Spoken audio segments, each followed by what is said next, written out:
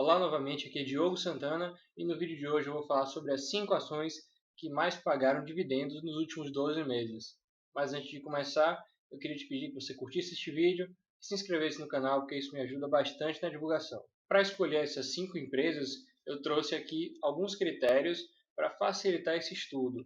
O primeiro deles é que essas empresas façam parte do Ibovespa por única questão de liquidez, porque quando você ordena todas as empresas existentes no Brasil listadas em bolsa e que têm altos dividendos, vão aparecer diversas ações que não têm muita liquidez, que são empresas muito pequenas, que pagaram dividendos por alguma questão bem específica, talvez até uma questão não recorrente. Por isso que eu separei aqui as de maior liquidez. Lembrando que liquidez é a facilidade de você comprar ou vender uma ação nesse caso. Então, uma ação com baixa liquidez, uma empresa que tem baixa liquidez na bolsa, isso quer dizer que talvez na hora de você comprar as ações daquela empresa, talvez você tenha que pagar mais do que ela realmente vale, e na hora de vender, você vai ter que vender mais barato do que ela realmente vale no momento. E o segundo critério é selecionar dentro do Ibovespa aquelas que pagaram mais dividendos nos últimos 12 meses. Lembrando que rentabilidade passada não é garantia de rentabilidade futura. Então, se a empresa pagou muito dividendo no passado, nos últimos 12 meses, isso não significa que nos próximos 12 meses ela vai continuar pagando aquela quantidade tão alta. Pode ser que tenha sido algum efeito bem pontual e nos próximos meses e anos ela não vai nunca mais pagar tanto dividendo. Isso aí é uma coisa que você deve estudar individualmente, ação por ação. E para você que não sabe o que é Ibovespa, ele é o mais importante índice da Bolsa Brasileira, composto por empresas como Vale, Petrobras, Itaú, Bradesco, Ambev e B3. Bom, vamos aos finalmente. A primeira colocada é a Petrobras, que pagou nos últimos 12 meses 24,69% em dividendos. Isso significa que se você dividir a quantidade de dividendos que ela pagou nos últimos 12 meses pelo preço da ação, hoje você vai encontrar um percentual de 24,69%. E é sempre bom saber o histórico de dividendos pagos pela empresa nos últimos anos. Por isso que eu trouxe aqui uma comparação. Em 2017 e 2020 a empresa não pagou, em 2018 e 2019 pagou alguma coisinha, e em 2021 pagou muito dividendo, pagou 19,87%. E agora em 2022 ela também já começou pagando muitos dividendos. Isso reflete também o lucro da empresa, uma vez que os dividendos são uma parte do lucro que é distribuído para os acionistas. Então, se a empresa tem um lucro muito alto, é esperado que ela distribua mais dividendos do que uma empresa que teve pouco lucro. Agora, fazendo aquela comparação que eu sempre faço, para saber se uma ação está barata ou não, eu vou olhar 3 indicadores de preço que eu gosto bastante. Claro que esses não são os únicos, mas é interessante olhar esses aqui, que são bem conhecidos, e comparar com a média histórica da própria empresa para saber se, em relação a ela mesma, essa empresa está barata hoje ou não. O indicador PL está em 3,82. Isso significa que se você dividir o preço da ação pelo lucro dos últimos 12 meses, você vai encontrar esse valor e que ele é bem menor do que a média histórica da própria empresa. Então, se você compara o PL da Petrobras com ela mesma, ele indica que atualmente, por esse indicador, a Petrobras está mais barata do que ela geralmente está. Já o P sobre VP, que é o preço da ação dividido pelo valor patrimonial, pelo patrimônio líquido da empresa, está atualmente em 1,05 contra uma média histórica de 0,85. Então, por esse indicador, ele mostra que a Petrobras está um pouco mais cara do que geralmente ela está pela média desde 2011. E o EV/EBIT, que é um indicador muito conhecido por causa da fórmula mágica, e se você quiser conhecer um pouco mais sobre ela, eu vou deixar o link aqui em cima. Esse indicador está em 3,32 atualmente contra 5,17 da média histórica.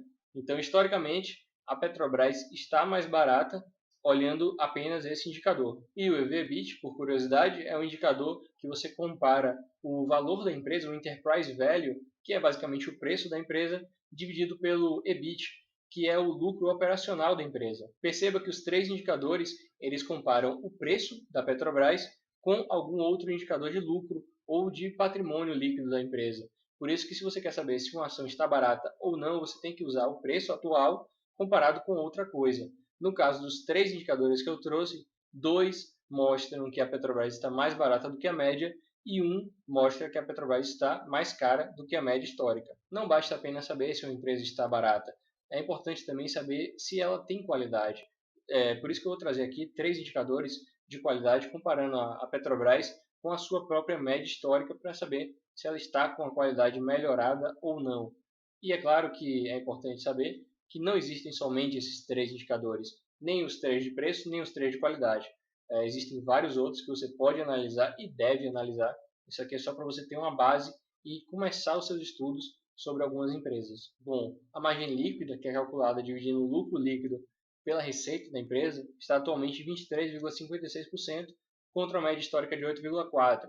Então a qualidade melhorou bastante em relação à média histórica dela mesma. Já o ROI, que é um indicador calculado dividindo o lucro líquido pelo patrimônio líquido da empresa, está atualmente em 27,38%, bem melhor do que a média histórica, assim como a margem líquida. E o ROIC, que é um indicador de qualidade operacional, também utilizado na fórmula mágica, ele tem uma fórmula um pouco mais complexa para calcular, mas atualmente está em 23,21, bem melhor do que a média histórica. Então, os três indicadores que eu trouxe estão bem melhores do que a média histórica da Petrobras desde 2008.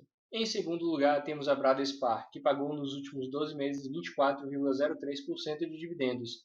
Essa empresa é uma holding com ações basicamente da Vale, então é uma empresa basicamente de mineração. Com relação à média histórica, a Bradespar pagou dividendos nos últimos 5 anos, em todos os anos, pagou alguma coisinha, e no ano de 2021 pagou 45,09%.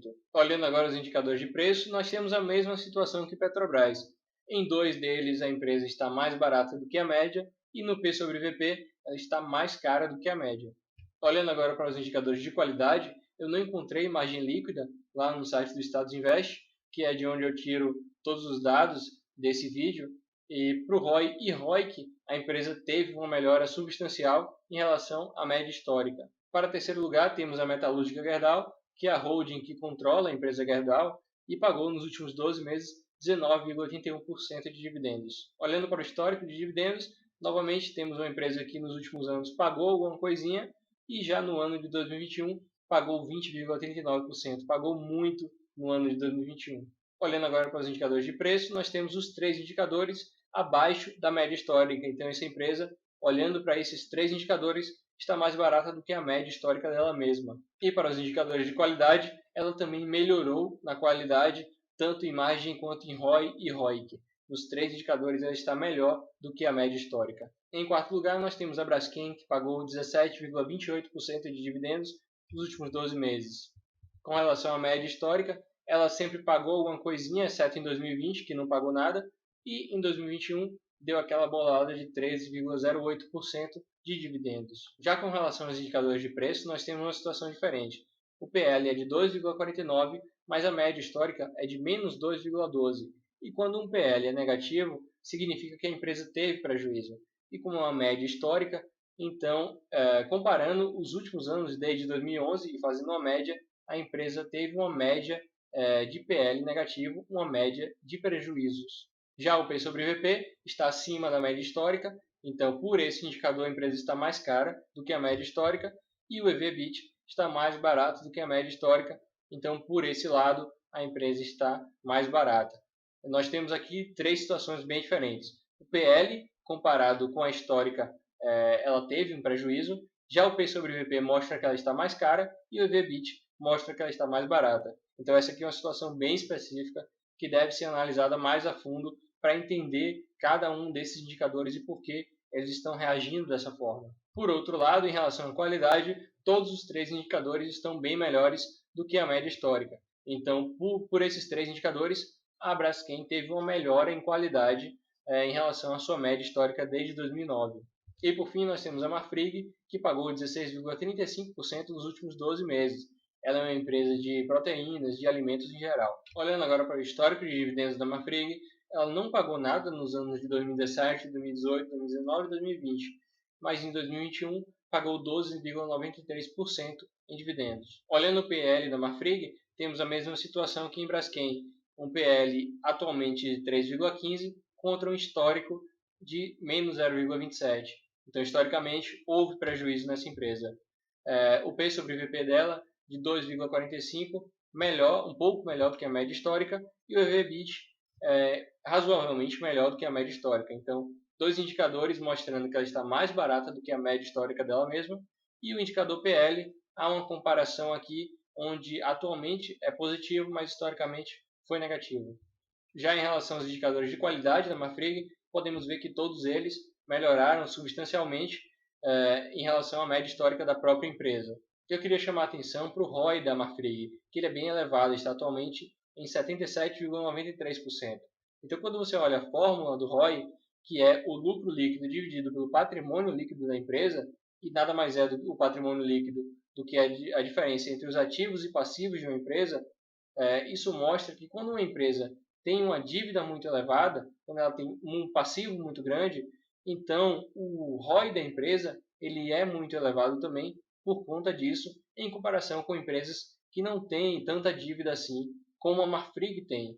Então é interessante quando você for olhar o ROI, procurar saber se a empresa tem dívidas muito elevadas, porque isso afeta bastante no cálculo do ROI. Outro ponto que eu queria trazer aqui é que se você olha bem atentamente, a maioria das empresas que eu mostrei, elas pagaram poucos dividendos historicamente e no último ano, no ano de 2021, elas pagaram muitos dividendos. Isso acontece porque essas empresas são empresas de commodities. Então a Petrobras, por exemplo, é uma empresa que depende do preço do petróleo. A Bradespar, que é basicamente Vale, depende do preço do minério de ferro. Então, como essas commodities tiveram uma alta muito forte em 2021 e segue em 2022 com uma alta muito forte, então isso gera um lucro muito alto nas empresas.